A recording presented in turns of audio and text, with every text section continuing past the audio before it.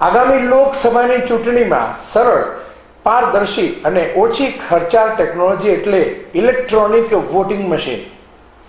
રાજકોટ જિલ્લામાં 3602 ballot unit, 3489 VVPAT અને 2976 સીયુની ફાળવણી કરાશે.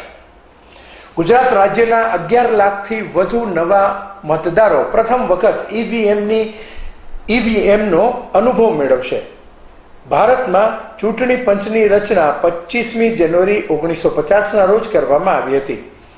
આ દિવસને રાષ્ટ્રીય મતદાતા દિવસ તરીકે ઉજવવામાં આવે છે.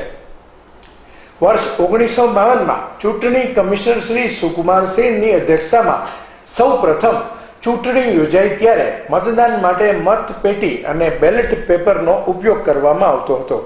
દેશમાં સંસદીય સામાન્ય ચૂંટણી, રાજ્ય વિધાનસભાની ચૂંટણી, સ્થાનિક સ્વરાજ્યની સંસ્થાઓની ચૂંટણી સહિતની ચૂંટણીઓનું આયોજન કેન્દ્રીય ચૂંટણી પંચ દ્વારા કરવામાં આવે છે. અહેવાલ દીપક રાઠોડ.